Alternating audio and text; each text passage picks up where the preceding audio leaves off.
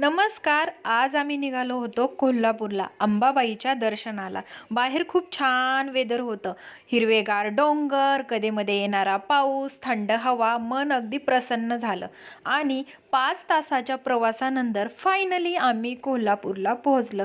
ते सुंदर मंदिर पाहून, ते वातावरण पाहून मन अगदी तृप्त झालं आणि त्याच्यात हरवून गेलो आम्ही.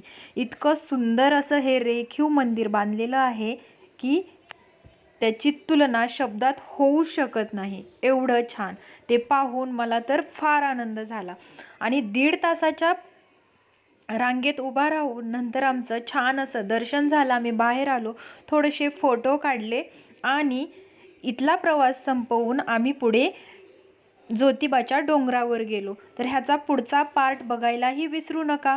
आणि तुम्हाला व्हिडिओ कसा वाटला ते कमेंट करून नक्की सांगा. त्याचबरोबर सबस्क्राईब